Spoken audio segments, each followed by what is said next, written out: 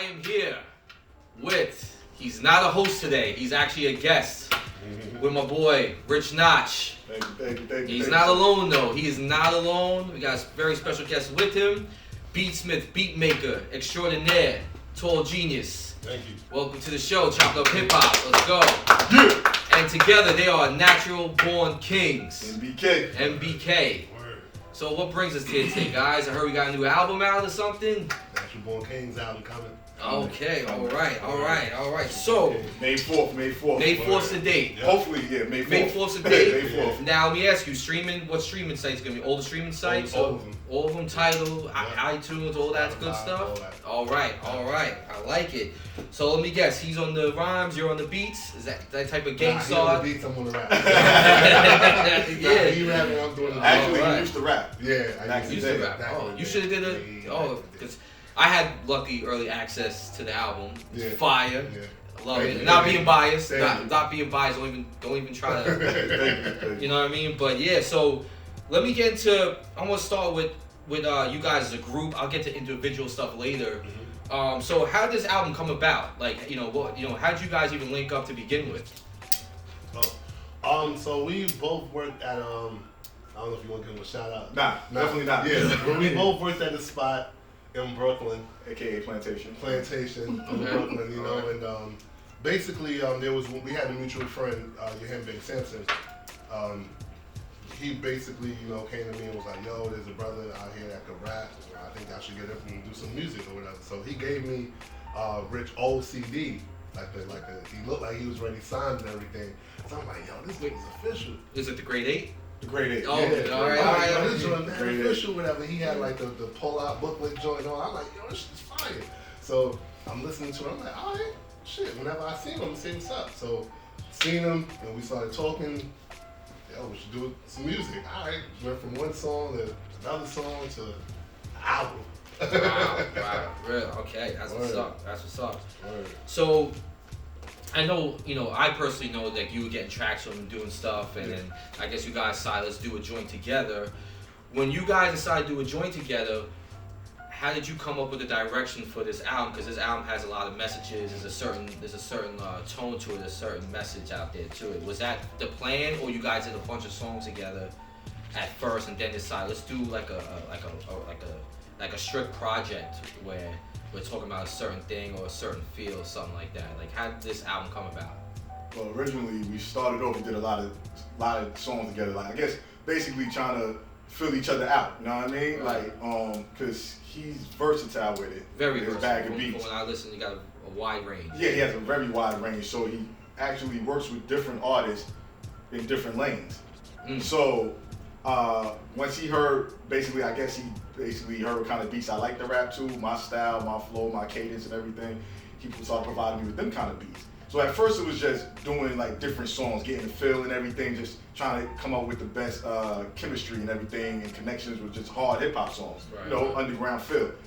I think later on it actually came to like a thing, because the first thing was actually for another project. We had another idea, basically just hard underground.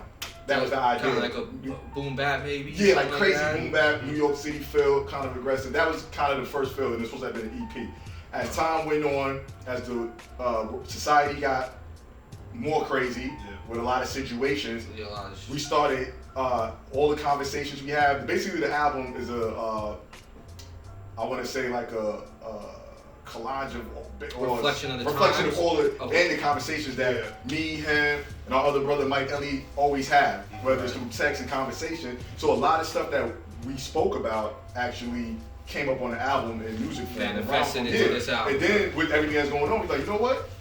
Let's just start aiming it towards that way. Plus, we had songs and ideas already that reflect the times. The times. So it only made sense that we already had stuff in the stash. Right. And like, no, now we're gonna keep going with it. And basically, that's how that came about. The whole Natural Born Kings element. Okay, all right. How was like did you guys record together, or you sent him tracks and he'll just lay it down? Was it?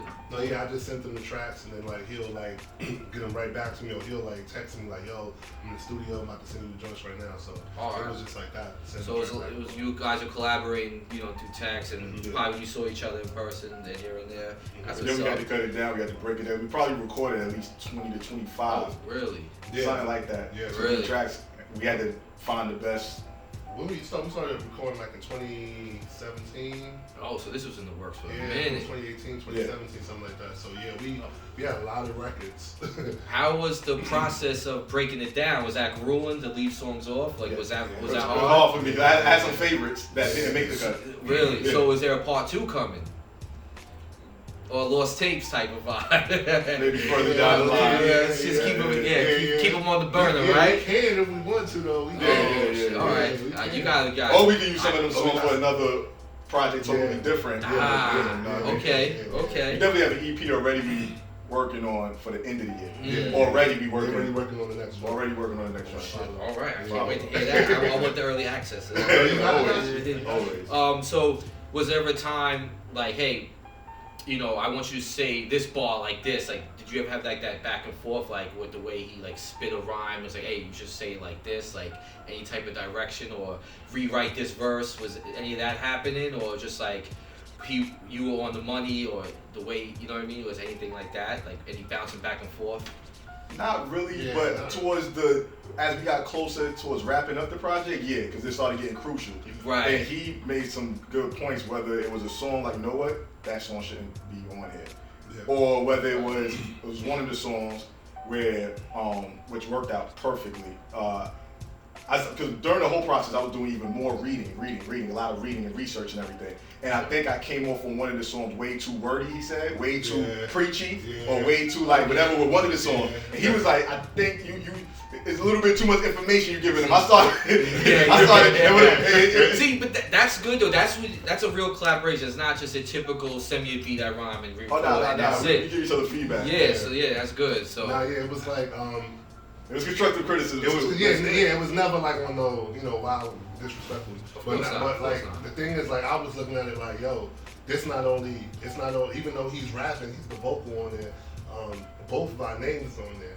You feel me? So I'm looking at it like, yo, if he come off with the floor, I'll come off with the floor. Same thing with me on my production. If the production is flawed, then his shit gonna be flawed. So I just wanted to make sure that we was like. I agree 100%. Yeah, I agree 100%. And for that song, it actually was a great advice. When I listened back to the original, and I had like another verse, I was like, that verse had no place. I mean, I'm not saying that like it was crazy. No, it was a good verse. But it just was like, I guess I was saying a little bit too much. And when he kept it one verse and we added the other element, perfect. Oh, yeah, that's perfect. good. That's good. It worked out. Yeah. So going in, like you said, you record a bunch of songs, and you decide, through conversation, let's go this route. Mm-hmm. Now, did you have in mind, did you have in mind like a certain sound you wanted to go with, or a certain feel that you want to go with, or you just like whatever he picked out or something, well, like, especially when you were breaking down the songs, I guess you want a certain feel, I'm assuming. Yeah, like at first, we both shared like the same common like sound, like the idea of the sound, you know what I mean? And then like as the tracks started coming in, I'm like, oh, this is like bigger than what I thought it was gonna be. This is like, the quality is better than I thought it was going to be. Like, the potential is way higher than I thought it was going to be. So it kind of switched for me, personally, it switched my aim. At first, I was more aiming like, all right, we go, the homies, everybody's going to feel it. But then the tracks started coming in. I'm like, nah, this might be some regional shit, some national shit. Like, so this happened like organically. You guys that go in like, it's gonna sound this way, we're gonna do this way. And I can tell that you have a wide range in your production. I noticed that. It's not like your typical, like, I'm not gonna throw anybody on the bus. You hear a certain producer, like, I know it's him because I heard this sound and all those other beats. You don't have that. Right. You don't have that at all. And it's freaking awesome. You had one with the Caribbean sound. Yeah. You had the turn up with Let's Go. You had all that. It's great. I love it. I love it. Yeah, man, it's good. So, Notch, I gotta ask you this: being a host of a podcast, critiquing other people's albums, we call shit trash, Did that ever enter your mind, like, here I am critiquing other people's, and now I'm dropping my own stuff? Mm-hmm. You know what I mean? Did it ever enter your mind, like, people might hate on just because, or did it ever enter your mind at all making this? The only reason it entered my mind because somebody else actually brought that up to me. They was like, "Oh, how you dropping music and you doing a podcast? Like, first of all, like it's something wrong or it can't be done, or right. You know what I'm saying?" I brought up, well, you got certain artists that do podcasts nowadays that actually still put out music, right. From Tyler to Joe Butt. Well, I don't know Buns really put out music. They like, "Yeah, but you new, son, and you be whatever." So I was like, you know what? I welcome it. I welcome it because I know people are gonna go extra hard to find something to complain about, just because I may have said one of their favorite rappers are trash, or maybe said a song is trash. So I know they can't wait because I can hear it in their voice when they tell me whatever. I hear it, like they can't wait. So I'm like, listen, long as I feel you're coming from a honest point, not biased, no hidden agenda, right. Then I'll listen to what you gotta say. But if I know you're coming from that point, then they don't faze me what you say, because I know where you coming from. You just mad for whatever reason, because that's what I do. Now, it's a podcast, and like I said, it's just an opinion. Nothing I say is a fact. So, but I know people are gonna go harder. Actually, they're gonna put it under a magnifying glass just because people that know me. Now, did that type of, like, not pressure, but that type of thing, did you feel that pressure from, like, knowing people might critique him? Would that fall on your production wise? Definitely. Yeah. I thought about that. That crossed my mind too. I was like, yo, because PB going hard sometimes. Some artists like, oh, your shit is trash. Yeah. You know what I mean? So I knew, like, there's probably gonna be one or two people out there that's probably waiting to try to, like, like you said, trying to get their little payback or whatever. In my opinion, this is a very honest opinion, I feel like you have nothing to worry about when it comes to that. So, you know what I'm saying? So, it is what it is. Yeah, I'm not even worried. Believe me, if I felt like it wasn't to a certain standard, I'm like, we gotta go back to the drawing board. Yeah, because we honest. We honest with ourselves. Yeah. And his beats, the same way with my flow and bars, he's like, as we go on, you sound more comfortable. Mm-hmm. You sound more, like, sharper with the bars. Same thing with his production. Yeah, right, as we went on and kept building, I'm like, yo, I thought that was hard when you gave me that beat. 3 weeks later, like, yo, where was this? Like, you come up with, yeah. That's what made the album. That's why we had so many tracks, because at first we had, like, maybe 3-4 tracks, and I'm like, yo, this shit is fire. Supposed to be an EP at first. Yeah, it was like, this was like maybe 2018. I'm like, yo, this shit is fire. 2019 is fire. And then a new batch just came in. I'm like, oh, all right, so wait, let me push this to the side. Yeah. Like, oh, this new shit look crazy. And then a new batch came in. And I'm like, when you start listening to the old one, I hear exactly. Yeah, like, yo, I hear that. The new batch, like Gremlins 2, baby.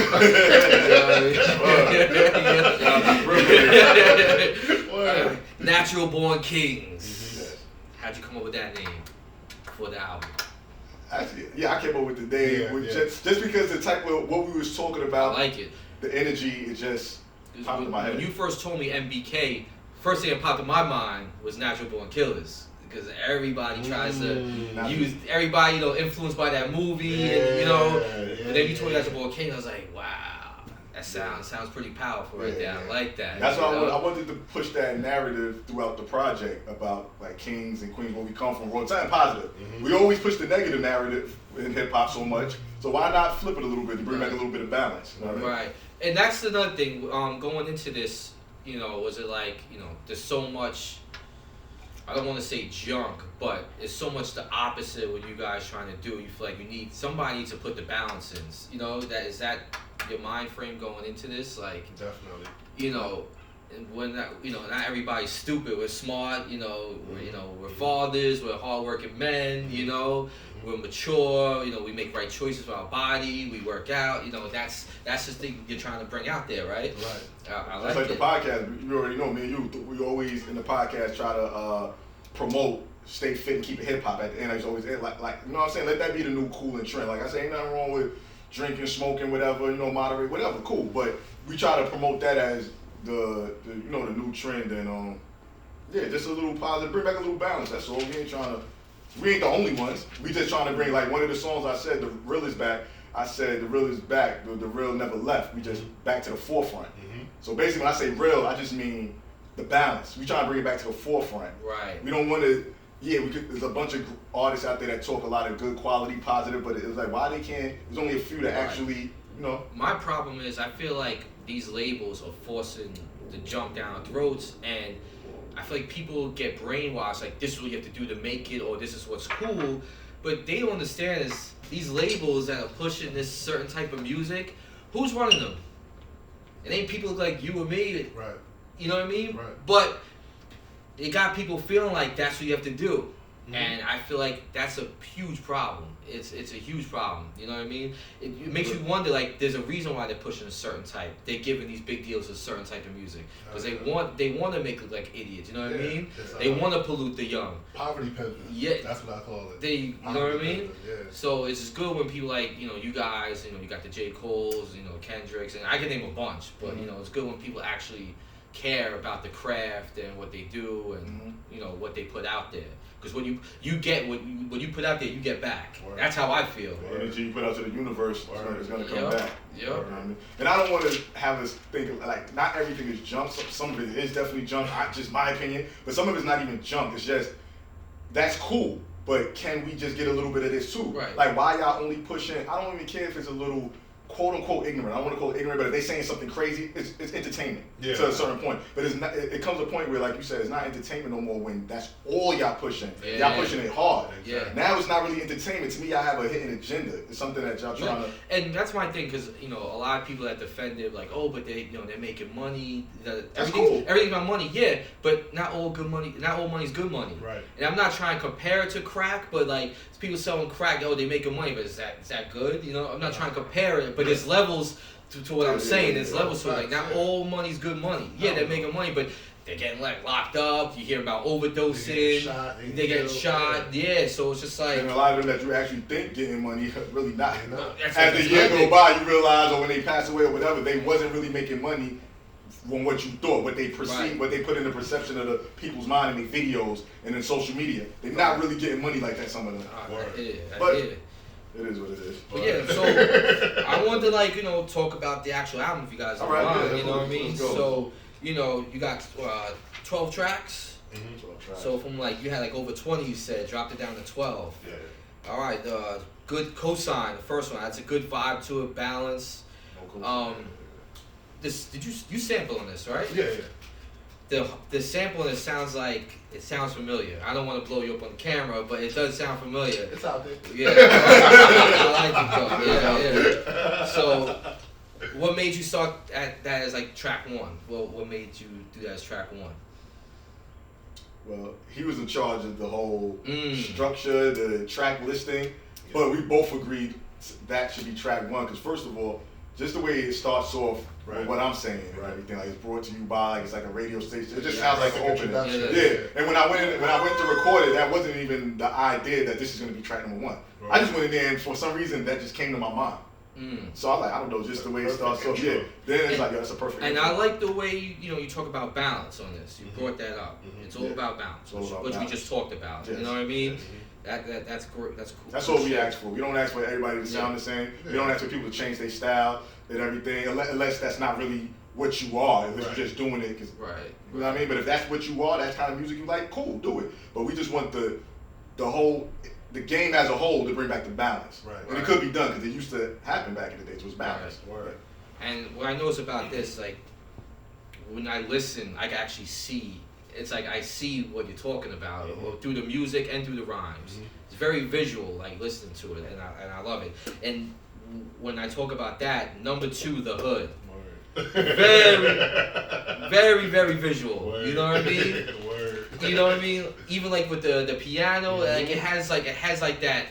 I don't want to use the word urgency, but it just sounds like something serious is happening.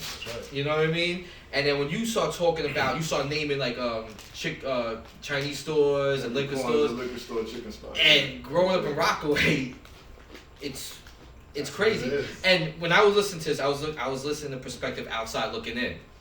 And when you bring up all that shit, it just sounds crazy, but it's normal to us. But anybody don't live in places like this will look at it as crazy. Where are they living right now? If you don't mind, the way you start off, how did they go again? Like I said, every corner's a liquor store, chicken spot, bodegas, cops circle the block, murals and candles for those who got shot, funeral homes, sneaker stores still looking fresh in the zone, precinct close by, crime is still high, pawn shops for those just trying to get by.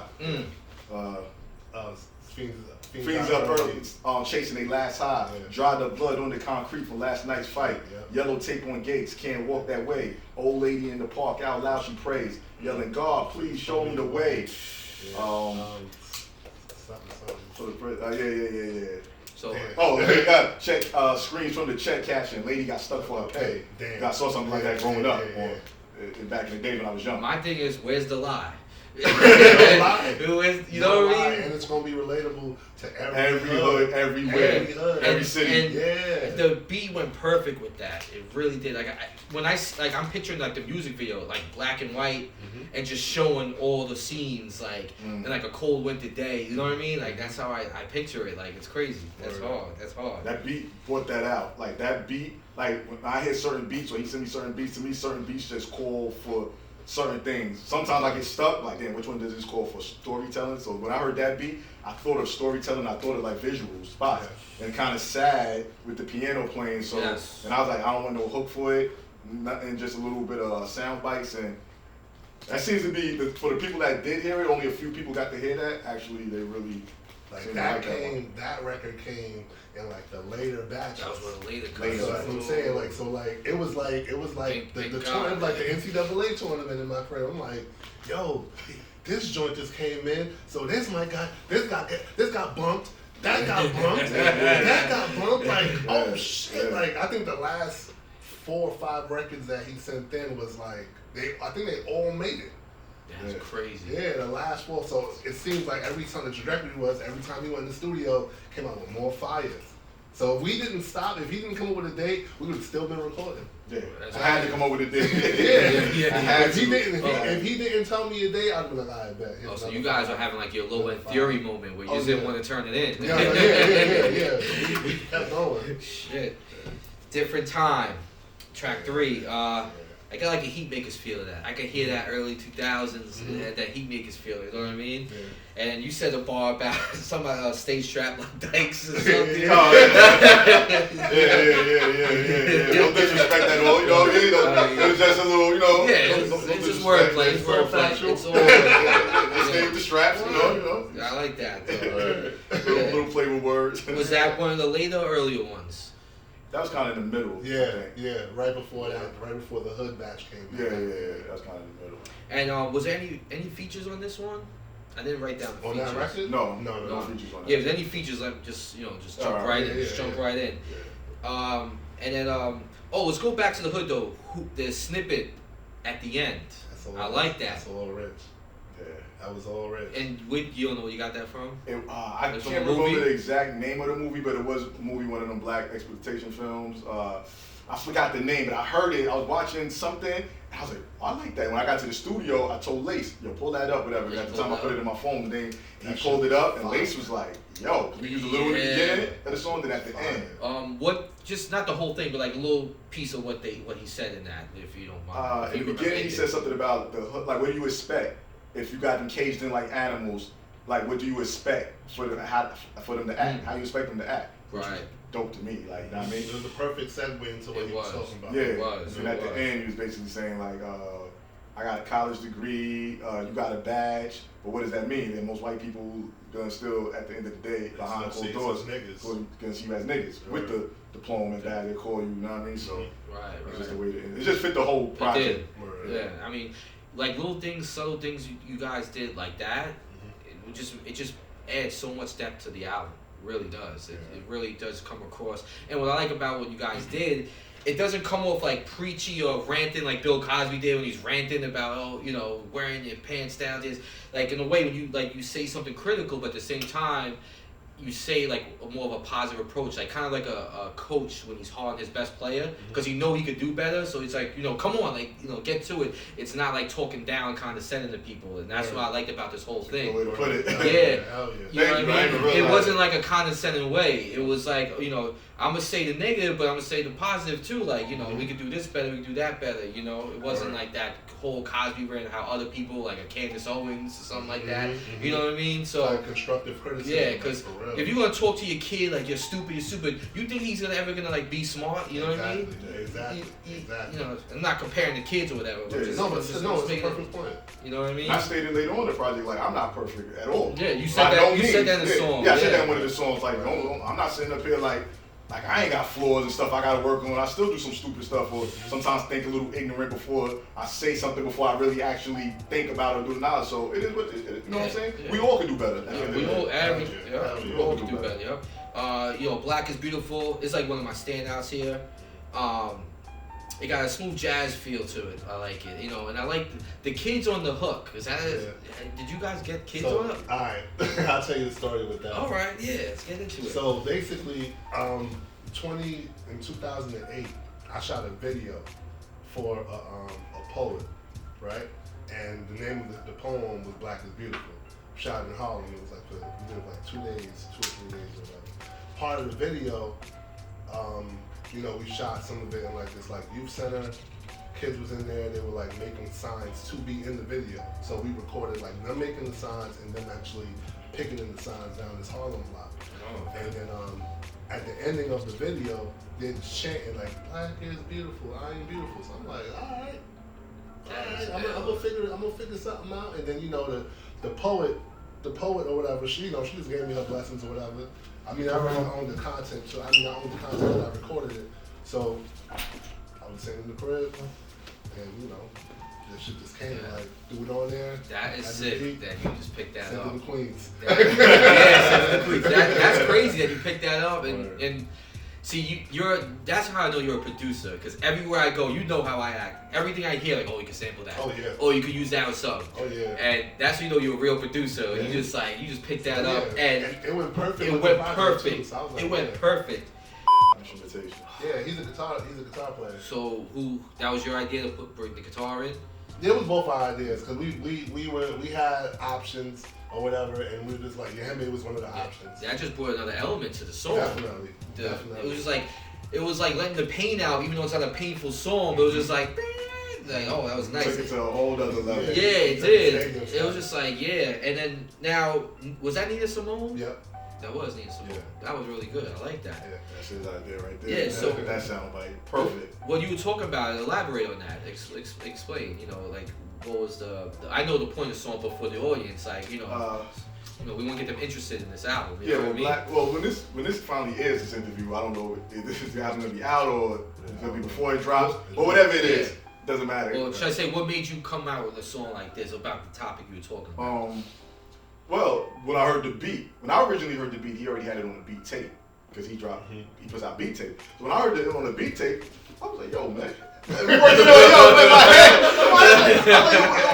G is doing? This is perfect for all other beats out on the tape, but this one right here, how this is not on MBK, just for that sample of the kids and everything. I'm like, and the beat was tough, like it's like a laid back, like you said, it's not a sad beat, but it's a kind of like a laid back, cool, gave me kind of a Dilla vibe almost. Yeah. So I'm listening to it, I'm like, yo, I need this. So I think I told him about it, and he was like, yeah, you know, but he didn't really. Then out of nowhere, I think we revisited the idea or whatever like that. I think I told Mike too. I was like, yo, I need that beat for MBK. Yeah. And I think I asked him, I was like, yo, did you sell it? Did anybody buy that actual one? He was going through all the stuff that people copied. That's still available. So I'm like, yo, then that's when I heard it, when I started writing to it, you know, I just basically wanted to say like how some black people actually look at it as a bad thing to be black. And it's just, I mean, you have some black people that actually they so brainwashed where they think. I mean, we do go through a whole lot more than any other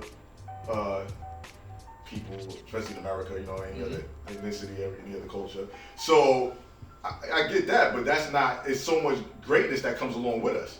There's so much beauty that comes along with us. Absolutely. So, all right. It's a beautiful struggle. We've been struggling forever, but we resilient people. We still come out, you know what I mean? At the end of the day, they knock us back down, we still come out. And then they love our culture. You know what I'm saying? Yeah. So my thing is the people that I just want some of the people, you know, that feel that way, that I'm black and I'm gonna try to make myself into something different. Like you brought up like the hair. Yeah. They want to, the chicks want to try to look like a white girl. No, ma, you naturally beautiful. Right. You know what I'm saying? And again, it's not condescending the way you come across. Yeah. Just letting them know, like, you're beautiful. You don't have to do the extra weave. It ain't nothing wrong with the females that ride weave out there. Right. But you know the ones that's all they got it. They trying to force themselves to look a certain way because they think that's the way to be accepted in America, or they think that's how you basically should look. And then I even said, even the men, like, look in the mirror, mad that they skin, the color of their skin and everything, like. No, you know what I'm saying? You know what's funny too? Even like how you brought that up, like people like say like the Kardashians, they all they get their asses done. So you know what I mean? And now it seems like people of color, Latin, black, whatever, they're getting their asses done, but they don't need to. So it's like asses getting so fat where people gonna walk around looking like the big freaking blue bubble and Willy Wonka, it's just like, because they're trying to look like us, but then now we trying to look like them looking like us.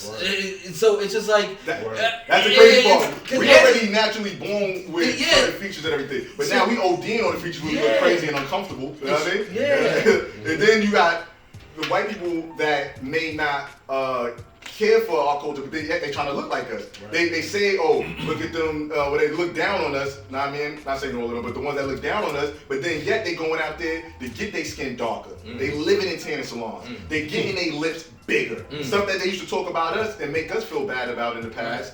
You know what I mean? They getting their hair braided and everything. So my thing is, they recognize our beauty. Yeah. Why can't we recognize it within ourselves? Right. And I think that's the problem, because these celebrities are getting all that shit done. And now people try to catch up to these celebrities when it's like, you already have it naturally. Why are you gonna make it, you know, ridiculously out there? You know what I mean? Yeah. Right. It's crazy. And then they don't bring up the fact that the actual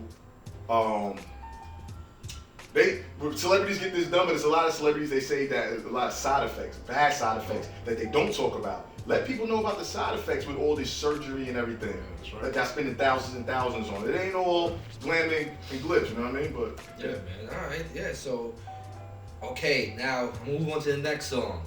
So, the first 4 songs had a very good vibe, positive. Now, the 5th song, the aggression, like Joker said, Dark Knight, the aggressive. No, my bad. This is Natural Born. I thought we were at Black Excellence. That's after. Let's do Natural Born. Natural Born. I thought this was the girl that's speaking on here. Sounds like chick from the Rhapsody album. Is that the same chick? No. The one that doing spoken word. Yo, they sound like Shakira. Oh, amazing. Shakira, amazing. Salute. I like that. What made you put her on that? Like to get the spoken word on that? Whatever. Actually, my homegirl who has a podcast, she thrives now. I think she put me on. I was looking for somebody that does poetry and spoken word. So I just had the idea in my head, like, we need spoken word on this. Like I said, a lot of these songs, sometimes we come up with certain ideas, it takes too long, whatever, or it doesn't work out, we waiting on somebody else, but you know what? Let's keep it going. We could flip it, gotta start brainstorming. I was like, spoken word would sound dope on this right now, but somebody that could really kill it. So I started asking around. And some people was like, oh, I know. So my homegirl put me on I got somebody who does spoken word poetry, you know what I mean? And I reached out to her, I sent her the track, and she sent it back in. And who else was featured on here? Sean Brothers, shout out. Aida. Yeah, they both did their thing. Both did the thing. Aida was wow. Yeah. She went in. Salute to Aida. That was a really good verse. Her verse was. That was. I mean, everybody did their thing. Yeah. But she was last, right? Yeah. Was that on purpose? Because did you hear her first, and then you like, yo, yeah. Actually, it didn't come out like that the way it was recorded. But when he started forming it, you arranged it that way, smart man. No pun intended. That's why you get great. That's why you get great producer. It's all genius. And this beat also has like that urgency to it. I feel like you listen to it on your way to like the emergency room, somebody got hurt. Like that's, you know what I mean? Like it had like an urgency to it. It really did. Like it just had that. That shit was hard. I was more or less like, once I the beat was already done, but when I heard their verses come back, when I heard P verse come back, Rich, sorry, when I heard Rich verse come back, I was like, nah, this shit is different. Cause like he was like, nah, we ain't doing no hooks. I'm like, oh, it automatically took me to like BET Cypher type of vibe, you know. So that's why I was like, all right, Rich will shoot the door down. Sean Weathers will go in there and kill the Spray the victims, place. and then Aiden will come and burn the whole Burn building it down. That's a great way to put it. The poet would like give the reasoning for it. You know what I mean? I think even with the next record too, like the problem is like people try to act like they don't know where their aggression comes from. You know what I mean? They try to make it seem like, yo, I don't know why they don't just what they say with the police. Why don't you just listen to the police? Or why don't you just? But you missing the whole point. Like they don't come to us that pleasant how they come to everybody else. You feel me? So like the aggression that is what what you hearing is the aggression of all the black people. Like if you wanna know exactly what we gonna do. Listen to that record. Listen to Black Excellence. Like we don't hate the police. We about to get into Black You know what I mean? Excellence. Like I got family members I got great friends that's police officers. They just want to work. White and we got black. personal You know what I friends. mean? Like they just want to get the job done. But then you got weirdos that was weird in high school. They didn't get no love from the girls. Right. They didn't get picked up on the basketball team. They was always weird and dumb. And they like, you know what? Let me go be a cop so I could take my whatever out on regular people or whatever, you know what I mean? So like, that's the aggression that you may hear. Like, And going back to how we talk about Hollywood, all the fake shit. You actually bring up the Hollywood portrayal in the song "Natural Born." You talk about that. Yeah, it was a part I said something about Hollywood loved to show us as slaves, never as royalty from which we came. And that's just the truth. Like Hollywood, every year it seems like, I mean, I could be wrong, but it seems like for the last, I don't know how long, every year it seems like it's a slave movie that come out. Okay. I'm talking about in the theater, not on straight to BET. I'm talking about big screen. And they promote that. Yeah, shit they're promoting it. Whether we a slave, whether we a butler, whether we a maid, it's always something like. The only time it seemed like you got something within the last 10 years that was kind of showing it was a fictional movie, which was still very good, but it was fictional. It was Black Panther. Right. So why we can't get real history of when we was actually kings, queens, or the black people that was prominent and did wasn't slaves or butlers. Right. And like going back to even though I don't like the movie, but I do like about it.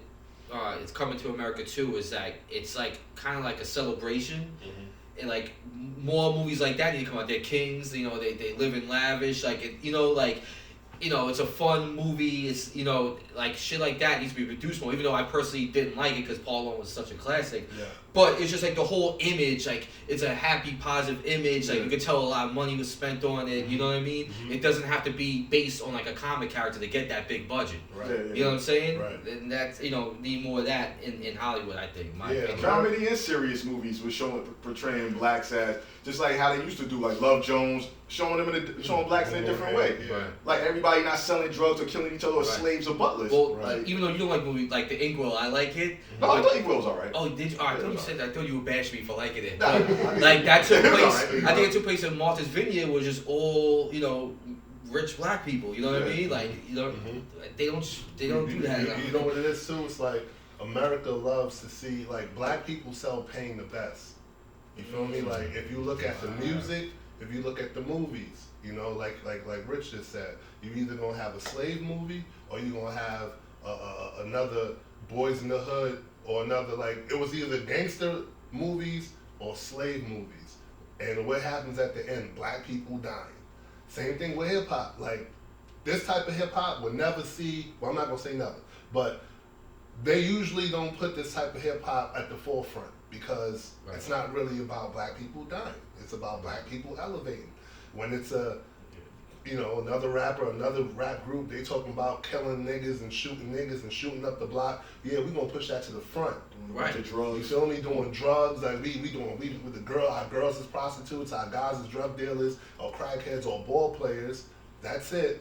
Yeah, put that out to the front. We want to hear more of that, but they never want to hear like the excellence of that group. Right. I feel like the only ones that broke through with that positive was because they were backed by a mega star like like Kendrick was backed by Exactly. Dr. Dre. Exactly. J. Cole had the Jay-Z co-sign. It's like that's the only way. Rhapsody, Rock Nation, Right. management. Yeah, she got nominated for a Grammy. And Right. Rhapsody had a strong catalog before she even Yeah. dealt with Rock Nation. But nobody didn't hear of her until she signed with them. You know what I'm saying? Right. And her catalog was strong. I always bring that up. Very They always strong. let a few slip through. I mean, Public Enemy broke through because you couldn't deny Public Enemy. No. You could not deny it. No. You know what I mean? Even like white people loved it. They were selling out venues, going on major tours in big arenas. But you're right though. It's like only the junk like really breaks through, and it makes you wonder. And as I said, the people that run these labels, they ain't you and me. You know what I mean? It's an agenda. Yeah. So moving on. Here's what I was talking about: the real aggression. Yeah. So far you got a good vibe, good feel. Now this one, I hear it. I hear it, the pain, I hear the anger in the beat, in the lyrics, even like the beat got that clack, boom, got the gunshot in it, right? Am I right? Yep. There's so much shit going on. So much shit. Was there a certain thing when you were in the booth you just had to let this off your chest? It sounded like you just wanted to vent. Was it the beat? Was it a little bit of both?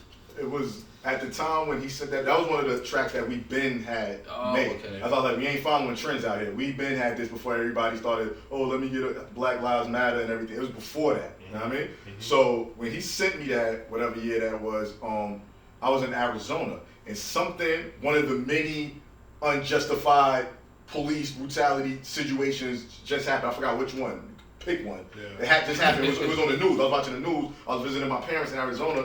And he sent me, I was like, yo, sometimes I'll be on him. Send it to me. Please email me something. I need something. I need to write. Whatever. That was one of the beats he sent. I heard that. While I heard that. Perfect timing. Yeah. While I heard that, I'm watching whatever on TV. And it just connected. That's what just came out. So obviously, you're talking about like the police brutality and everything. This could be controversial. Do you care? No. Okay. Do you do?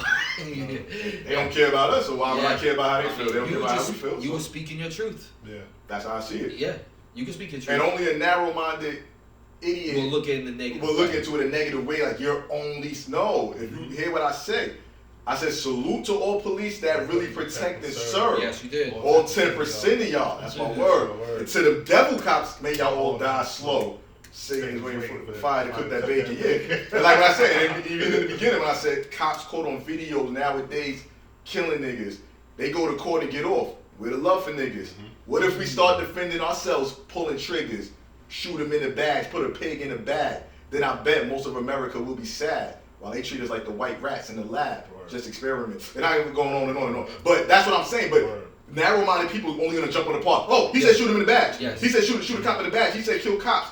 No, we ain't got nothing against all police. Not at all. That would be an ignorant way to think. Yeah. You know what I mean? Right.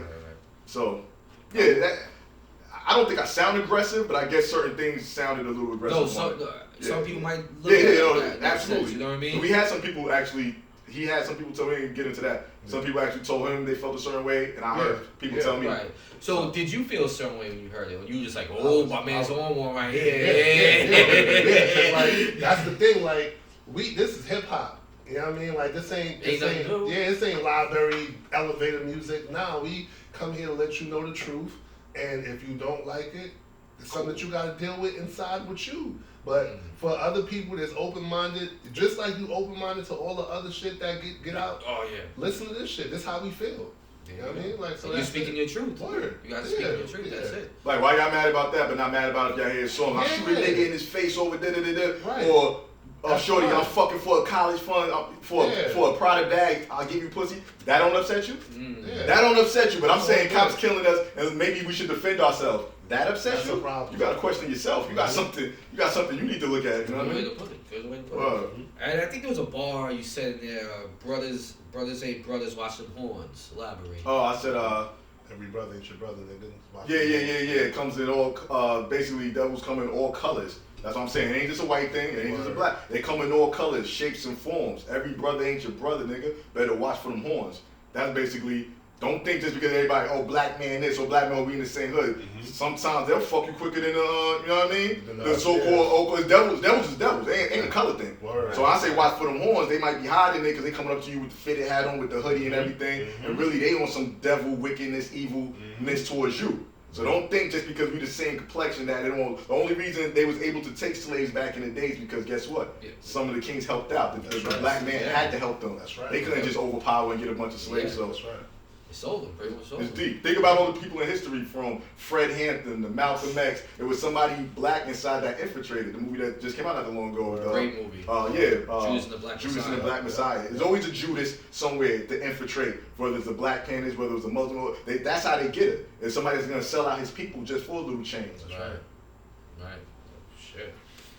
All right, man. That's good shit, bro. That's good shit. Black seed oil. And I know this voice. My boy Radiant's on here. Salute the Radiant. Salute to Radiant. Radiant Amar. Yeah. Sensei. I get a good early 90s vibe from this. I can hear like a Brand New being on this, or maybe Tribe. I can hear a lot of artists from that era on this beat. Salute to No Love too. No Love on the Hook. You know what I mean? Oh, No Love on the Hook? Yeah, All right. Black seed oil, that's, Black seed oil. Black seed oil. So what made you name it that or whatever? Elaborate on this. I don't know. Just I know, but it's one of them songs where you like, it's a dope song, but then I was like, it feels good for you. Black seed oil is good for you. Yeah. It don't get I'm not gonna try to act like I Some can extra some layers. some extra layers. Science in this. Ain't no science in that. I like you said something about I probably listened to Cardi past the Henny. Yeah. I said it's all about balance for me. I'm more Rhapsody than Cardi B, but if I'm at a party, turn on the Cardi and pass the Hennessy. Who's the real? Yeah, balance. Yeah. That's what it's all about. So I like Rhapsody, but guess what? If I'm at a party and I'm getting lit and you know what I mean, I want to hear some Cardi. Absolutely. I mean, I was even when I went to clubs, but it's a long time ago. Those days are over. But even when I was on vacation, there'll be songs I hated. But if I was out in the club and it came on, all of a sudden I'm dancing with it, and I had to stop myself like, yo, what you doing? And you're rapping the lyrics like, yo, I hate this fucking song. But it happens. Those songs are called for. It's all about how our parents used to tell us there's a time and place for everything. Right.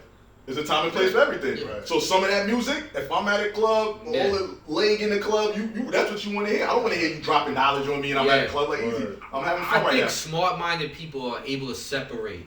Yeah. Like, hey, you know what I mean? Like, they talking about this, but I'm not going to go back in my life and try to live it. Like, I'm not going to, if I'm in the club drunk, I'm going to be the bar about popping a bottle. I'm going to be hype about it. But I'm not going to go back and try to live my life to my popping bottles on IG Live. Like, we go popping bottles. Everything's a show these days. You know what I mean? It's crazy. But also, Radiant said some bar about the Todd Bridges line. Different strokes. I love that. I love all those type of references, man. I love that show. Man. I'm pretty sure we all love that show, man. Salute to Radiant, man. Radiant went in on that, man. Radiant went in. All right, yes, sir. Next one. Real is back. Oh no, Real is black. Real is back. Real is back. Why not write this down wrong? Blackness just got in. Everything black. Black everything. Real is back. This is a hard positive. I love the Caribbean vibe on it, man. Oh no. That's actually I wrote down the wrong that's one. Love and Peace. Love and Peace. Because remember what you call it was I sent the listing was actually the listing was wrong. Yeah. That's my fault. That's the listing was. So now you might have to check me on the 8 and 11 because okay. Love and Peace actually supposed to go at 8. We got to edit this. That's all right. That's all right. And Real is back actually supposed to go at 11. Love and Peace. All right. You got the early copy. That's how it is. So next track, Love and Peace. Love and Peace. Caribbean vibe. Rise Redemption. Was that something you just sent them and he just bounced back and you're like, you know what, we're gonna work. That's with something this. he had for a while. He was going through beats on the phone. We was on the phone. I remember that night. And he just was playing a bunch of beats, whatever. We listened and I was like, whoa, go back to that. And I had a Caribbean vibe. I was like, hold up, what you doing with this one? That's nothing. Well, I'm not nice like you are. To me, that's nothing you can't just sample something like that. So you gotta know how the BPMs. You gotta know that groove to do something like that. He got the Caribbean blood in now, there. He got it in there. Did you just bang it out, or you maybe just sample a little something, or you just bang it out? Yeah, it's really just the chord. Like it's like the reggae tempo, the reggae vibe, the groove of it. Like pretty much I grew up listening to that shit like all day long. So it's like the way how I walk, it's a reggae bop to it there. Yeah. You know what I mean? Like, anytime you hear that, you're just in a good space. Like you're just gonna sit on the beach and just chill. You know what I mean? That's why when I heard it, I was like, it gives you. As soon as I heard him play it, I was like, yo, it gives you that good. Like you just want to, like you said, chill on the beach or at a barbecue or backyard joints. But then at the same time, it's different from the other track, but it's not weird different. Like, whoa, where you come with this? It's still, I want everything. He's a genius. Like I said, no pun intended. Yo, he made everything fit sonically. Even if it sounds different, if that makes any sense. Right, yeah. It sounds different sonically, but it still fits sonically. So, it's like, it's not like it comes on, you're like, oh, where'd this come from? Right. You know what I mean? You know. And if it is, it's in a good way. Like when they came with the guitar, it's like, yo, where'd this come from? But in a good way. Yeah. I like this. This shit just took it to a whole nother. So lyrically, where'd you want to go with this song when you heard it? I just felt good, like everything. So you just want to, you just want to get off that good vibe, right? Yeah. I just, like I shout out the my dude Ivan, he put me on to Rise Redemption, who's on the song. My dude Ivan. Okay, yeah. And I was like, I need somebody. He said, oh, I know an artist that reggae Caribbean vibe. Yeah, because he did his thing. Yeah, and I sent it to him. He sent it back. It made perfect sense. I know for a fact I wanted somebody on there that does reggae or Caribbean music. Right. I knew that for a fact. Authentic. Yeah, absolutely. Yeah, that's all. All right. I wrote down MMM, making mature music. Mature-minded music. Mature-minded music. Yeah, mature-minded music. A jazzy vibe. mm-hmm. What was your approach on this one right here? I wanted because we speak about that a lot, like the music, like Charlemagne the God always says, he calls it adult contemporary rap. Yes. That's what he calls it. He said, yo, at a certain age, you're not gonna listen to that little bit, that other stuff, but he said, I'm a grown ass man. You know what I mean? He said, I want to hear some adult contemporary rap that I can relate to, that I can still vibe to. He said, when I'm chilling, drinking, smoke. But I got what he was saying. But I got a jazzy vibe to it, my opinion. Yeah, it had the jazzy vibe and everything, kind of like a Pete Rock type feel on it. But I was like, I want to call it mature-minded music because I don't want to exclude the young people that's actually mature-minded. Right. I don't want to say adult contemporary rap if it's a 21, 22-year-old out there that actually has that mind. Yeah, that could be versatile the way what they listen to. So I'm like, I'm gonna call it mature-minded music, and basically that's it. You know what I'm saying? Right. Like listen to the bars. And another thing is too, like a lot of people have the misconception because you're talking about mature shit.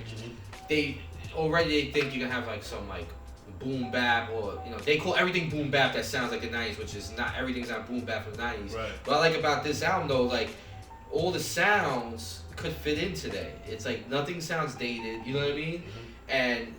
And you took that approach with your lyrics by saying, hey, you could be 19 and still have a mature mind. Yeah. You know what I mean? And I love that about this song. It's all about a mindset. I know people that's older than me, and you hear them talk and the way they think, like, how old are you again?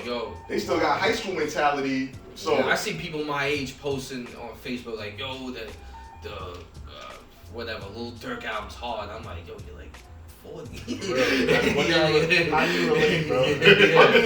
See, at the end, but that's a funny thing because if some people feel really like that at that age, they still, I can't knock what you like. Right. But I think a lot of dudes that's in their late 30s, 40s, early, whatever, I think a lot of times they big up or ride with this because it makes them feel young. They want to stay in that. They don't want to be considered old. They want to be considered. They're ashamed of their age. Salute to Foul Al. He just posted something. Foul Al from Rockaway. He just posted something not that long ago where he was saying that. He was like, yo, nobody wants to be considered that old. They want to fit in. So I'm going to co-sign this track, which they know they don't really like, but just because it's young or the dude got money. So he actually brought that up. Okay, let's moving on. Let's go. It's the next track, right? Let's go. Yeah. Shout out to V Bands. Now, this one actually might be a little outside the box. Definitely was. Right. Now, what was the approach in that? Did you guys say we need something just to prove a point? Like, hey, we're gonna drop some just for the young ignorant. Like, yo, we could do a job. That was a for me. Like that was just me being humorous. Oh, okay. Yeah. I was like, let me see, let me see, and then he came back with the double time for him. Like, okay, yeah. All right, I see what's going on. Now, Notch, from a guy that hosts a podcast who talks about this type of music. Your followers like, how you gonna talk about this type of music? Then you have a song about it. You know what I mean? Like, what do you say to them about that? Well, especially with the rest of the albums, totally different than this. What are you gonna say to those people? Like, yo, how you gonna drop like a a current sound type of song or something. Ain't nothing, but see, that's the current sound. Yeah, ain't nothing wrong. Popular sound, I guess you would say. Yeah. Ain't nothing wrong with that if, like I said in the beginning of the song, I say it's all about balance. We like to have some fun too. That's right. We like to have fun too. Not everything is serious. Okay. It's all about balance. I made sure I put that at the beginning of the song. We having fun right now. Yeah, I feel like too, it's kind of a good change of pace, because when I'm looking at everything's, kind of serious, and this is the time where like you need that break. Yeah. You need to shake it off a little bit, stretch out. Yeah. Maybe jumping jacks, maybe go in the gym, do a set. Yeah. And I wanted to play the flow a little bit too. Let me play the flow a little bit. Yeah. You know what I mean? Do something, but what I'm talking about ain't no ignorant shit. Right. Ain't no, you know what I mean? I'm not gonna, I can get on something like that and still speak how, talk. Good point. Good point. Because my thing is this: I feel like now, for you to come out with like a party record or something, a dance record, it's all the same shit. Taking pills, banging broads, getting fucked up, whatever the case is. Back in the day, the party records, it was none of that shit. Like Kid and Play, I could go on and on. Right. To have fun, you didn't have to talk about that. You know what I mean? Like MC Hammer, I could keep going. You know what I mean?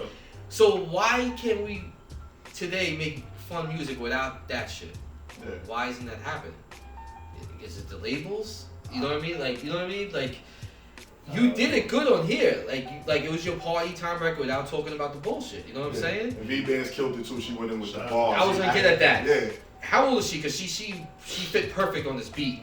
Is she young? Is this her time? Yeah, That's why, because she was. This her lane. This is her lane. Because Yeah, she bodied it. Like she fit perfect on. I was like, oh, she must be young. This must be her time frame. Perfect. Yeah. Perfect. What's her name again? V-Bands. V-Bands. Oh shit. V-Bands. Queens. Yeah. That's what's up. That's up. How'd she come on the record? Good question. I think I saw a video of her rhyming, and then I know her mom. So her mom was like, "Yeah, she do music, like on some serious." Like I was like, "Oh, word." Yeah, I see her in Brooklyn now. She live in Brooklyn. I was like, "Oh, word, she do music?" Like she's like, "No, she's serious. Like she really do music." And when I heard the IG clip or whatever she had, I'm like, "Oh, she could flow." It's that young trendy sound and everything, but I recognize talent, recognize real. I was like, "Yo, it ain't got to be sonically what I usually fuck with," but I'm like, "Nah, she different." You know what I mean? Flow was like in pocket. Her flow, her bars, her punchlines. I'm like, okay. So once I heard this beat, like, oh, perfect. I need to get her on this. And she jumped on. She's like, "All right, give me a little time, whatever." She came to the studio, bodied Did it there. Bodied it. Did it there. All right. Track 11, Real is Back. Has like an opera sound or something like that. That's how, you know what I mean? Yeah, I like it. Oh man. There was the bar, they love our culture, but they don't love us. Yeah. I know what you mean on that. Yeah, But yeah, so go elaborate on that, my man, for the people. I said, I think before that, I was like, black devil, white devil, all brings hell. Supposed to be paradise, yeah. I forgot what led up to that. I'm gonna read, but yeah. So basically, I'm saying like they love our culture, but they don't love. No, yeah. That was after that latter. I said they love our culture, but they don't love us. Can't you tell? Black devil, white devil, all bring hell to what could have been paradise. A bunch of parasites spreading darkness, playing it off like light. My supervisor, I get it to So basically, like it's self-explanatory. They love our culture. When I say they, I'm talking about the masses. I'm not talking about everybody. I'm just talking about basically the powers that be. Right. The other different, whether white people, Chinese, they love our culture. The world loves our culture. Absolutely, yes. The world, you know what I mean? Okay, with Italian, Irish, every commercial you see today, it's hip hop in it. Right. Everything you see. I feel like America hates the culture more. If you go overseas, every rapper says it. They say way more love over there than over here. But actually, when I said that, I was basically kind of being sarcastic. Overseas, we know they love. Right. They love our culture. Actually, they love our culture, but they still don't love us either a lot of times. So even overseas, Australia, whatever, I heard people say London, they might love hip hop, but then they don't love you. They don't love black people. Yeah. Right. So that's definitely America. They love what? Dance for us, entertain us. Yeah. Let us try to, let's play. But at the end of the day, Minstrel show type, definitely. Bamboozle type shit, like the movie. But basically, when it comes time to what we're going through, the real series, when we're not entertaining you. Crickets. Crickets. Yeah. crickets. We don't want to hear y'all always complaining. Y'all always they'll put so much emphasis on the Holocaust every year, anniversary of the Holocaust and everything. Never forget. But never forget. You never. But when it comes to us, get over it. Y'all still complaining about slavery? Y'all still what? More people died in slavery than did in the Holocaust. Shit, more people died in slavery. Like, yeah, I want to get into it. It's all bad. If you want to get into it, you go ahead, man. No, we're still affected by it. Yeah. At least the Jews, they doing damn well pretty good. If you ask me right now, you know what I'm saying? Monetary, Yeah. what you call it. And I'm not trying to take nothing away from what they went through. They went through hell too. But Word. why is it okay for them to keep bringing it up? And it's okay. Nobody's telling them like get over it, but they telling us to get over it. That's all. Okay. Yeah. All right. How do you know what? Total Genius. How do you like all the sounds you get? Like, how do you? I'm gonna get into your equipment when I do the individual stuff, but like, even like that opera sound. Is there some? Do you go digging on like YouTube? Because that's what I do. Like, I used to do records, but now we're in the digital era. I do my digging on YouTube. Like, how do you do your digging or get the sounds, or how do you come across it? Honestly, man, it's like kind of second nature because, like, you know, like I said, I grew up. My mom and my dad playing music all the time. Me, same And here. like, Same here. when I was in 6th grade, 7th grade, or whatever, I was like DJing. And like really DJing. I had like the fake 1200s, the Gemini joints with the mixer and all that. So we were really DJing. I had a whole crew called Dimension. Shout out to Sean, Bula, and Sheldon. But yeah, so we prided ourselves on being able to play at anybody's party, whether it was a Caribbean party, straight up hip hop American party, whatever it was, we wanted to make sure we had records to play. And the whole thing was, you know, the whole crew would be able to know how to like go from Bob Marley, Beres Hammond over to Snoop Dogg and Slick Rick and over to the next joint, Marshall Montano and something on the soca side, right? So that, I just took that mentality and brought it to hip hop, like to production. Yes. You know what I mean? So like, I always recognized the different like little ingredients in different genres. I know what you're talking about. Yeah. 'Cause I know what you mean. You know what I mean? Like, what made this song hot? And I'm not saying popular. I mean, sometimes you do say what made this song popular, but what made this so moving to so many people? And you take that little ingredient. Yes. I know what you. I don't tell them too much. Yeah, I know where you're coming it's from. that element, you know what I mean? I do the same thing. Like, why do I love this song? Why? Oh, because maybe that bass line or that little thing, or So, like for example, like I always loved EPMD crossover, just because of the hook where it's like that part. So like whenever I got a chance, I'm like, all right, what was it that made me love that part? Yes. Figure it out. Bring that same shit over here. Yes. I know exactly. Yeah. And not even the sound per se, but the feeling of it. You know? Yes. Yeah. All right. Yeah. So the last track, Rock Brothers. I mean, the name obviously is everybody from the Rock on here, right? Well, there's only one person from the. It's supposed to have been more. Actually, we might have to do a part 2 for the next project because just timing was off. But I got my brother Young Crack on this. Salute to Crack. Shout out my man right there. Crack, yeah, Rock Brothers. You know, try to get Spills was that be on. You hear me shout him out at the beginning. Spills. But he's still, you know, Rock Brother for life. But yeah, it was just supposed to have been like something like a crew track from people from Far Rockaway where we was raised. Everybody from Rockaway, Far Rock, Rockaway Beach, Rockaway. I wanted to get Bobby J on this. Salute to Bobby, but he's on the next project on the song we been did QU Kung Fu, but that's gonna be on the next project. Okay. You know what I mean? But yeah, it was just like a fun track. Is this MBK's version, like a band from TV, a scenario? Cause yeah, like there was a couple people in here, right? It wasn't just No, it was just Young Crack. Yeah, it is. Me and Young Crack. It was supposed to have been more, a lot but more. Okay, yeah, that's why. Cause I knew you had people lined up for this. Yeah, I definitely had people lined up for Rock Brothers, but it just turned out. This is good. You guys both did your thing. The beat is hard. Now there was a line about Penny and Shaq.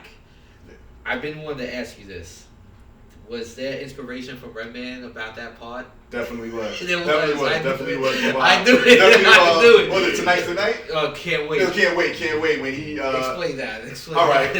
Little quick history lesson on Can't Wait. He's at the end of the song. He says switching up speeds like Bruce Lee riding a Fuji in the movie. He's like, I dropped on the 1, fuck the 2, 3, fuck it like a box of Gucci's on loose sleep. He started talking at the end like, if you didn't if you get it now, laugh now, and figure it out later when you get home. So when I did after my second verse on Rock Brothers, I said I started off with pennies, kind of like Shaq with the magic, hocus pocus, I'm back. So I said I started off with pennies, it's kind of like Shaq with the magic. I was like, well, if you ain't get it, then like if you don't follow basketball, you might not get it. Might have went over your head, but you know, I kind of got that inspiration from Redman. But the way you said, I was like, wait, hold on. Yeah. The Redman moment. That was hard. For those who ain't follow basketball, it might have went over your head. The whole penny. So that was just you guys just having fun, just spitting, just ball. I heard the beat. I told him I need a beat, something just. Not too heavy, just ended off on some like fun. Ended on some crew track, just spitting, just ball. Just ball. Yeah, Young Crack did his thing, you know. Young Crack got a lot of shit out on like Title and all that. Yeah, definitely. Crack, you know what I mean? All right, so yeah, you know, let's get to know you guys as individuals more. You know what I mean? So I'm gonna start with you, Tall Genius. You know what I mean? All right. Yeah. So I got questions because you know I'm always looking at hip hop from more of the producer side. I'm always into how they made the beat. You know, me and him have conversations about all the time. He's more of the lyrical guy, and I'm always like, yo, the way you got that, way you got that. You know, so I want to pick your brain. Okay. You know what I mean? Right. But let's start off in the early days. What made you even want to get into beats? Like, you know, after you were DJing, you said, right? Yeah, I used to DJ, and then I used to rap. Oh, you used to rap? Yeah, I used to rap. I think the next project, you got to rap. Gotta get 16, right? Yeah, I think you just got to do it. I used to rap, and I was broke to get beats off of SoundClick. And that's where everybody was getting their beats from back then. So I'm like, yo, I gotta make my own beats, because I ain't about to give this dude $100. I ain't even got $100 for the studio. So got into I got a Mac. I was gonna ask you, what was your first equipment? Yeah, I got a Mac. I got this like old school Mac off of an eBay joint, and Logic came with it. Yes. I think it's the guitar band. Guitar hit. What is it? Garage Band? Garage Band, I think guitar band. Garage Band, and then I was able to get Logic or whatever. Once I got Logic, it kind of opened up the window, like, okay, I could do this and change that. So you started with the digital shit. Like, my first equipment was that MPC 2000 XL. Yeah. Like, I actually had, that was my first joint. Like, when I used to rap, my producer, my best friend Jabula, he was like more analog, because like, so back in like 92, his dad like really was the one that really pushed us into production. Like in 1992, he took us to this class. It was like crazy, like in East Flatbush. This Rasta dude was teaching a MIDI class about like MIDI, like basically how to connect the original equipment to the computer. It's like in 92. So of course back then, this shit is like a different language, and I'm like, well, I just want to go over there and touch the shit. Yeah. So, you know, he was like, nah, you gotta learn this. You have to learn. This is where it's going. This is, you know. So I'm like, all right, whatever. So we sat there for like maybe 5 weeks, and just like took all of that in for that summer. And then his dad had a reggae. He was a reggae manager of many reggae artists or whatever. So he had like a little studio where the artists would come by and do dub plates. So that's where we started really recording. In that studio, so he had like he had a Tascam cassette track board. He had a Boss 808 joint, and he had like this Casio keyboard, and everything was made right there. And all he had to do was like, I know for me, like he was like, yo, just go get me a Maxwell cassette tape, and I could record whatever you want. Right. So we did the multi recordings on that Maxwell cassette tape. Remember cassette tapes, man? Yeah. Oh, it was back, back then with that. And so I always like was over my homeboy's shoulder, like watching him, telling him what I wanted on my beat. So that was like my first real introduction to like looking at production from a producer point. Then when fast forward to the FL Studio times and Logic, that's when I was like, nah. And then me being a rapper and not having no beats, I'm like, I gotta make some beats. Yeah.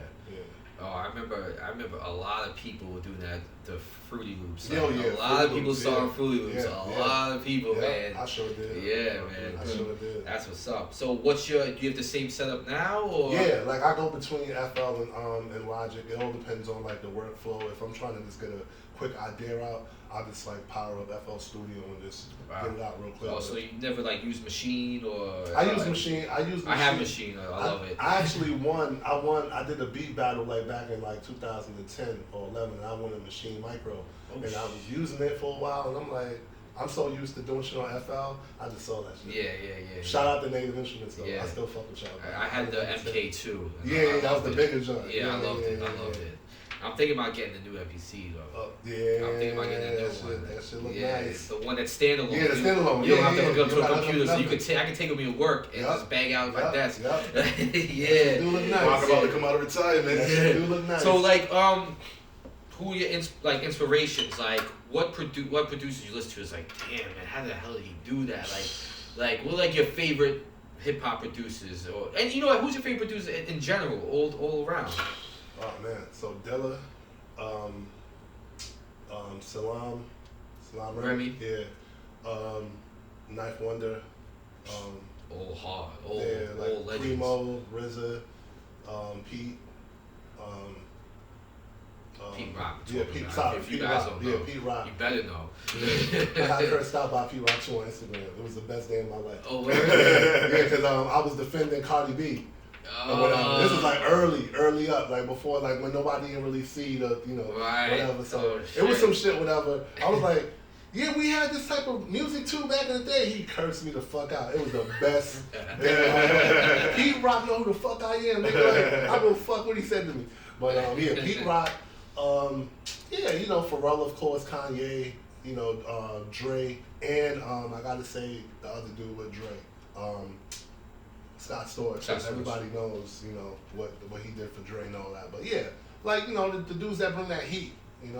Yeah, them dudes. Yeah, so you like, nobody goes in wanting to bite, but sometimes you're subconsciously inspired. Oh, like, definitely. you're doing stuff. Yeah. Like, I don't go in to bite, but I watch those old videos just to, you know what I mean? Like, learn. It gets you pumped up, because I used to watch it like, yo, I got to go in the studio. Hell yeah. I'm a fan, bro. Yeah. I ain't too cool to say that. Exactly. I'm a fan of the culture. I love the culture. That's what's up. Word. And obviously, you're pro sampling. Yeah, definitely. I had many arguments with people online about talking bad about sampling. And it's like, don't you know this started on sampling? Yeah, hip hop is sampling. Yeah, and like my point is this too. Like, even like, for years people were saying Timbaland don't sample. He does. Of course he does. Pharrell don't sample. He does. All do. And not for just because they play on the keyboard, Mm-hmm. the sax sounds, horn sounds. Just because they know notes on the keyboard, they're sampling the sounds. It's not like they can pick up a sax and actually play it. Exactly. Those are sampled sounds rolled into a keyboard, and people need to learn that. Like, they're sampling. Just because they're not actually taking an old record and sampling, it's still sampling. You know what I'm saying? All right. What's your social media? Tour Genius at everything. Tour Genius on Instagram, YouTube. I think it's Tour Genius Music on Twitter. Yeah, everything's Tour Genius though. And you have albums on like Tidal and all this shit. You already have like instrumental albums, or you're rapping just instrumental? No, albums? just beat tapes, straight beat tapes. Yo, what's the names? What's the plug? Oh yeah, so we got it's a lot. So Genius Level Volume 1 was my first joint. Then we did what was the second one? Oh, Iron Genius. That was like my ode to Mike Tyson. Oh shit.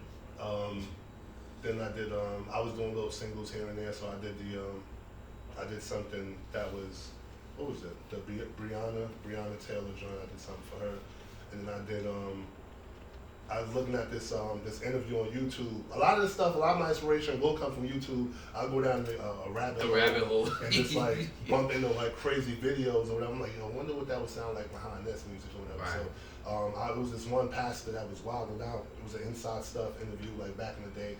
Pastor was wilding out about trying to justify why he took the money from the church to buy a jet and all that. Was you should Creflo Dollar? Was that him? Not Creflo Dollar. Oh, I always forget the dude's name. I always forget the dude's name. I was going to do a project just talking about like the pastors from the mega churches and how they talk and how they influence people to just give them all of their money.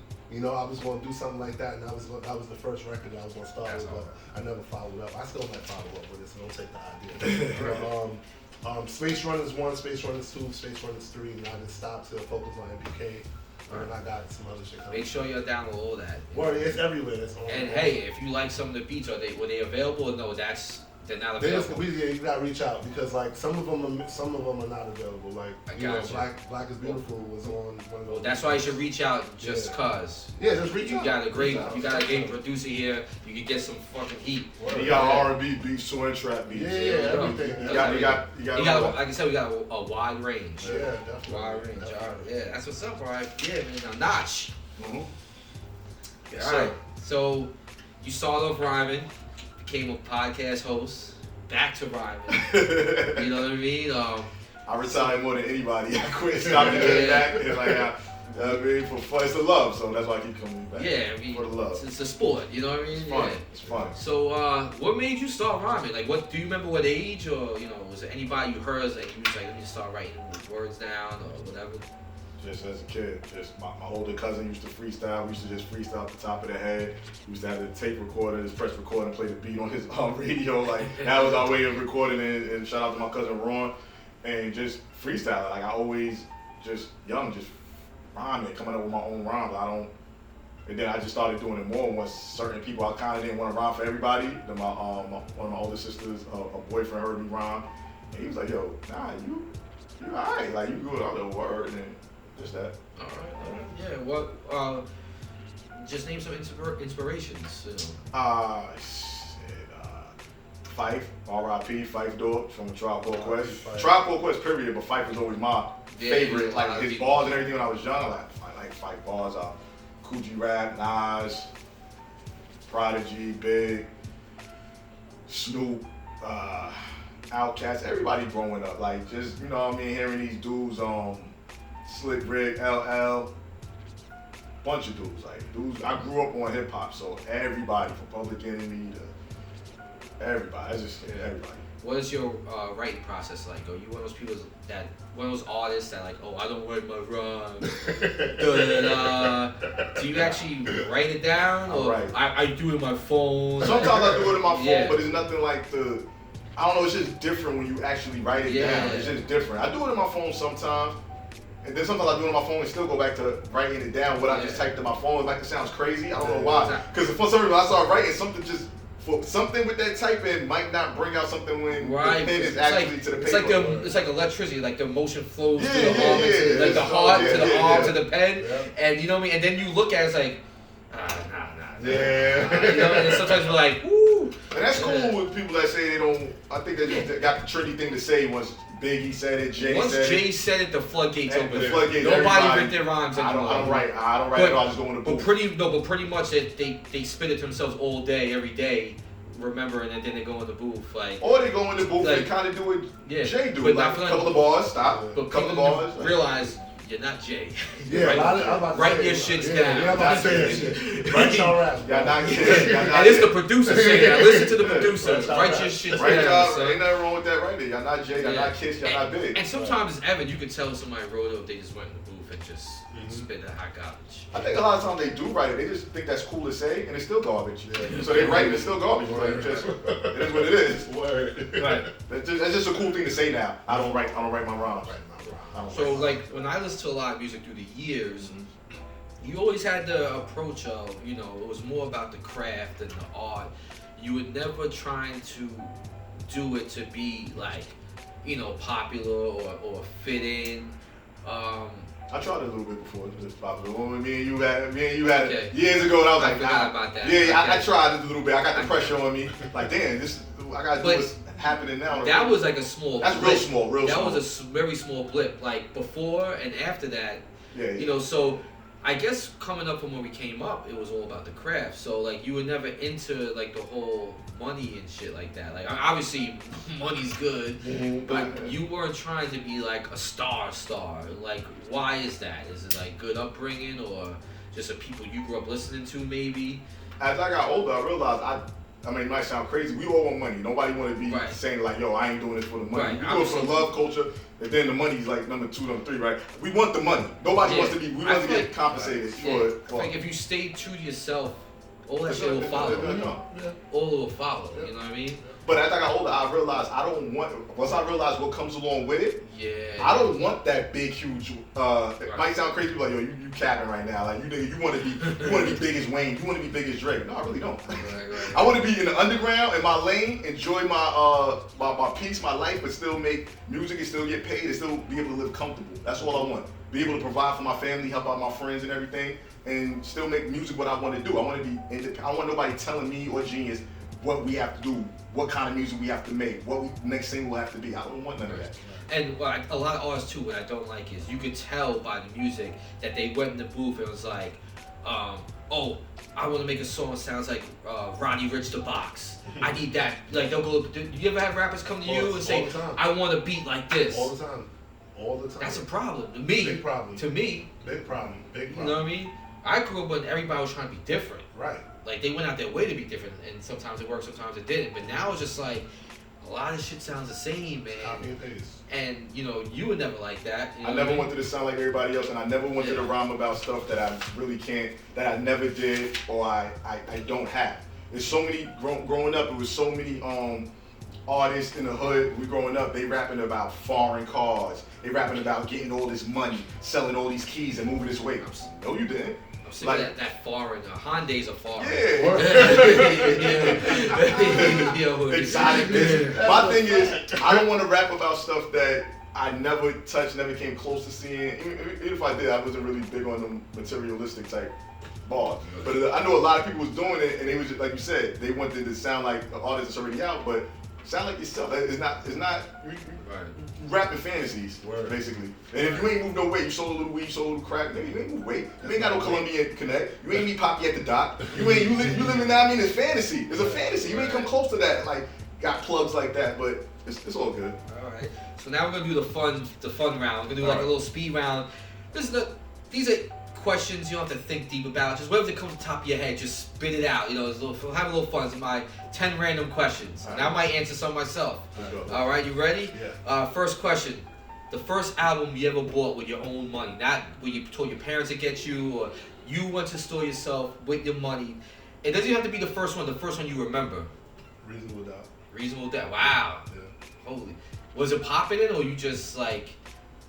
Nah, it wasn't popping. Right, because I remember during that time, like you were the different one when you brought out Reasonable Doubt. You know what I mean? Yeah.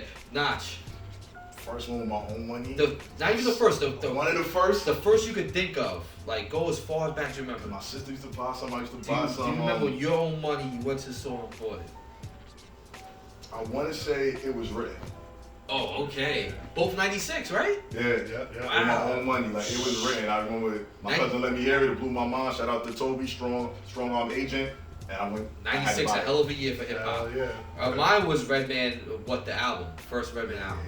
For their own money. And I've been stuck ever since. All right, That's question. a good question. Wow. Yeah. Go ahead. All right. Question 2. If you could live in any era, any decade in your 20s, what decade would it be? Now? Yeah. In your 20s? Yeah. Why? I'd kill him. Okay. Yeah, because like when I was in my 20s and I was trying to rap and all that kind of stuff, it was like I was just getting the hang of the internet and everything, and I was just like, oh, I could put something out from Brooklyn and like people in Tokyo can hear it. Like, so I was just starting to understand the whole concept and realize how fast things moved around. So like, if I was like 21 and 21, Right, okay. Yeah. Notch. I'm gonna say the 80s. In the 80s. I want to be in my early 20s in the 80s. Because that was a hell of a time. That was a hell of a hip hop first was when it first came to Philly, New York. Imagine New York in the 80s. New York then. Queens. Being the club, all the club they talk about, the rooftop and everything. Yeah, man. I'd probably be fucked up right now if I grew up in my 20s and 80s. I'd probably be fucked up. Like, I don't know if I'm kind of scared. It would have been a hell of a time. I'm just saying because of the culture, like the beginning of hip hop, all the great whatever. I want the 80s. Next, favorite movie? Come to America. Nice classic. Favorite movie? One movie? I'm gonna say Whiplash. Favorite movie? Favorite movie? Really? Whiplash. That motivated the hell out of me. It motivated Whiplash. The Goonies is mine. Okay. Oh, Back to the Future. I'm sorry, I'll change that. Yeah. Back to the Future 1 and 2, either one. Okay. Whiplash is up there though, obviously. Whiplash, yeah, Whiplash. First celebrity crush. Vanity. Ooh, could it be Vanity from Last Dragon? Okay, prime time. Moni Love. I do that. Moni Love. I do that. I was like, this cute little thing, little gold cap, could rap that shit. I was young, and I was hooked. Moni was, I was like, Moni was fire. I had a super crush on Moni. I used to look at my sister tape. She had the tape, whatever, that Down to Earth album. She was fire. Moni Love. That's up. All right. If you could remake any movie, what would it be? Or not even you make it. What would you accept if there was a remake? Any movie. If they would remake, if they Yeah. did a remake. If you could remake it yourself, or if somebody else did it, and you accept it. Cause you know how most times when some things are remade, you're like, oh, here we go. You get all pissed like off. I'm kind of in certain things. All right, I'll start it off of mine. If you can't think, I would say Weird Science. It's one of my favorite movies, but the reason why I think it will work today, because I got a plan for it. My Lisa would be Cardi B, just because she has that personality. She could be fun, but at times she could get like serious, like how Lisa did. Like she'll get gangster and use her powers. It will be her, and like she'll have that personality. Like when they went to the jazz club and got drunk everybody. In my movie, I have to take the kids to like the strip club now. And the overall message of mine would be how everybody is so on their computer or phone. It would be about getting people to come out the house and actually do things. Like, I got a whole plan for it. Mine would be Juice. Ooh. Yeah, mine would be Juice. I have Fatboy SSC play. Steel. So that would be hard. What you call it? Quincy Jones? Not Quincy Jones. Puffy's son, Justin, play the dude that pop shot when he first. Raheem. Yeah, wow. I mean, I don't know who I'd go with the other two guys, but like, and then it would have to be like, it would have to be on point though. Yeah, because there was a lot of like nothing gimmicky. You know what I mean? There was a lot of things that weren't tied up in the original, it's still a classic. It's still one of my favorites. But that's a good That's a good one right there. That's a good question. Yeah. If I had to remake one, I'd probably say I wouldn't mad if they redid it. Damn, that's a good one. There's so many great movies. I'm a movie head too. You know, we movie heads.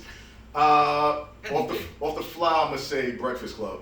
Ooh, that's actually good. Breakfast Club. Because you could do something like that today. But different like more cultures. diverse. Yeah, more diverse. Breakfast Club. And you know what's good with that? You'll have different cultures, so people actually sit down and have discussions about what's going on. It'll be just those kids in the library and having serious discussions. Good fucking choice. I don't know if the tension still exists nowadays, but we'll find a way to do it. Breakfast Club.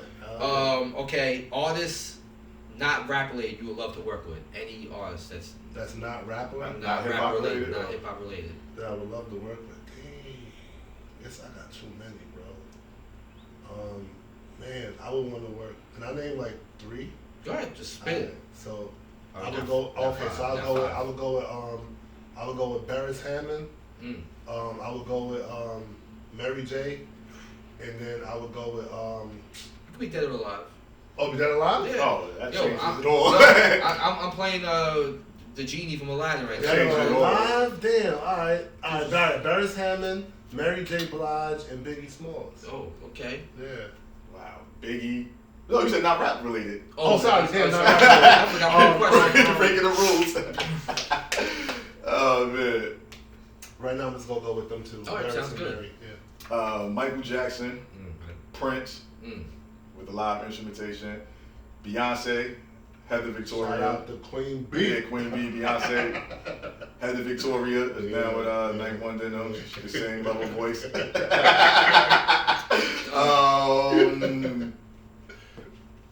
And Bob Marley.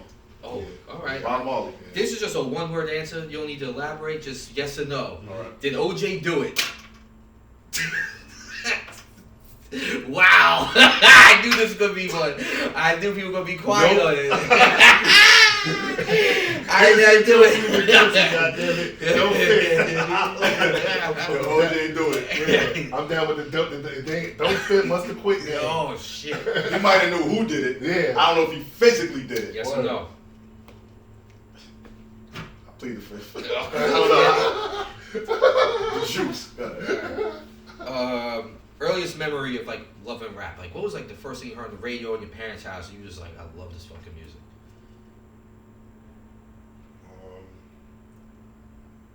King of Rock, Run DMC for me. Yeah, I think it was Mine was Run DMC. That King of Rock joint that could talk.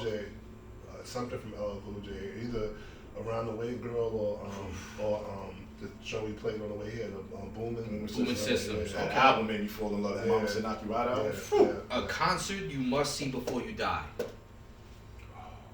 could be anybody, dead or alive, just one.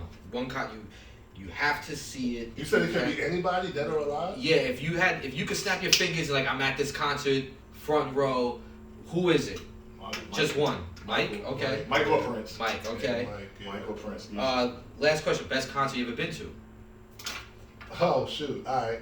So the best concert I ever been to was, remember the time when Jay came out to the Garden and R. Kelly like ran off and he had to call his peoples up? I was at the concert before that. So you went to the Saturday or the Nassau Coliseum one? I was at that one. I was at the one in the Garden. So like the reason why I say it was the best one, not because it was Hov, but like you actually got to see the whole industry for a small ticket price. You feel me? Because Like, everybody started showing up, and then like one person I like my respect went overboard for after seeing him perform was Busta. And I'm like, yo, like I still say to this day, like if you gotta perform after Busta Rhymes, like I don't know what to tell you. Yeah, Method Man, Redman's the same way. Yo, like they even at that show they had to create some space. They created some space like, all right, Busta just came off, let the stage air out, and then bring on somebody else. Notch. I'm gonna say a Trial Called Quest. That joint we went to was outside, and they killed it. And that energy, the outside Q-tipping them, either between that and Meth and Red. The Meth and Red joint was crazy. I saw them twice. Yeah, me too. Meth and Red. Dave Chappelle's in the Trial concert. Dave Chappelle. It was between Meth and Red and the Trial Called Quest, the best concert I've ever been to. All right, those are my 10 randoms. Good job, guys. Thanks. But yeah, so Natural Born Kings album comes out when? May 4th. All streaming platforms? All streaming platforms. All right, there it is. You know what I mean? Word. But BK, listen to the album, great content. You got all types of feels, great production, great rhymes. You know what I mean? Thank you for coming, man. Thank you. It's been a pleasure. Thank you, bro. You already know? Brock is back. Word. Chop Up Hip Hop's back. Holla. Yo, peace. Peace.